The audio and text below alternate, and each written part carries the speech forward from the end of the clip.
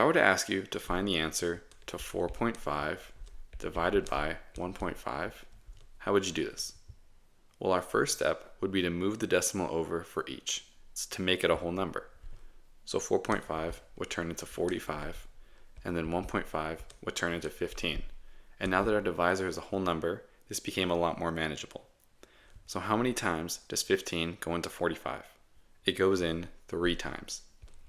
So that means the answer to 4.5 divided by 1.5 is equal to 3. Now let's try one more problem, and this time pause the video and try it on your own. But say now I were to give you 3.6 divided by 0.6, and I told you to find the answer. So pause the video, but when you come back you'll see that the process remains the exact same. We want to make both these numbers whole numbers, so we're going to move the decimal over for each. So 3.6 is going to become 36, and then 0.6 is going to become 0.6, which is really 6. And so we can rewrite that as 36 divided by 6. Now how many times does 6 go into 36? Well, it goes in 6 whole times.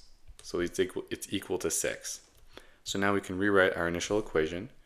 So 3.6 divided by 0.6 is equal to 6.